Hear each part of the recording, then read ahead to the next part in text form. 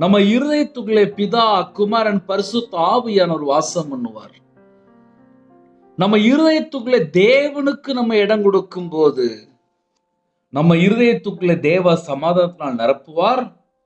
நம்முடைய ஜெபத்துக்கு பதில் வரும். நம்ம குடும்பத்துல தடைகள் மாறும். நம்ம வாழ்க்கையில பிரச்சனைகள் மாறும். நம்ம இருதயம் தேவனோடு இருக்கணும். இந்த ஜனங்கள் தங்கள் வாயினால் என்னிடத்தில் சேர்ந்து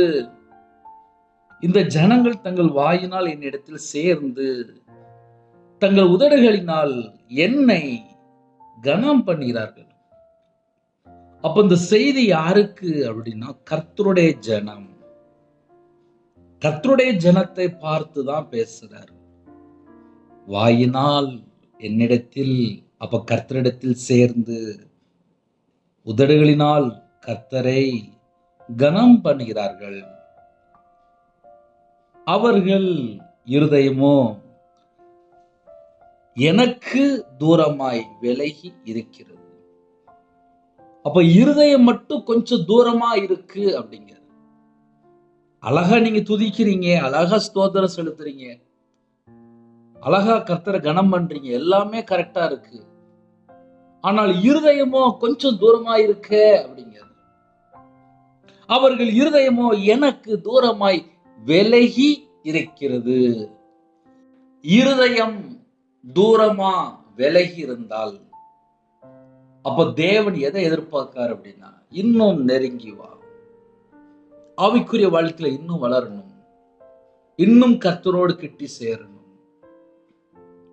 கிருபையின் காலத்திலே தேவன் நமக்கு எவ்வளவோ கிருபைகளை தந்திருக்கிறார். நம்ம மேல அன்பா இருக்கிறார், நம்ம மேல பாசமா இருக்காரு. தினம்தோறும் நம்ம கூட பேசுறார். பரிசுத்த ஆவியானவர் உங்களோடு பேசும்போது நம்ம எப்படி யோசித்து பார்க்கணும் அப்படின்னா, நம்ம இருதயம் கர்த்தரை விட்டு எங்கேயாவது வழி விலகி இருக்கிறதா? அந்த ஒரு காரியத்தை யோசிக்கும் போது நம்ம குடும்பம் ஆசீர்வதிக்கப்படும். சில பகுதி கர்த்தரை விட்டு தள்ளி இருக்கும், வெளியே தெரியாது. இருதயத்துக்குள்ளே கர்த்தரை விட்டு தள்ளி போன காரியங்கள் என்ன? உலக கவலையா? உலக மயக்கமா? உலகத்துடைய பல காரியங்கள் இருக்கு.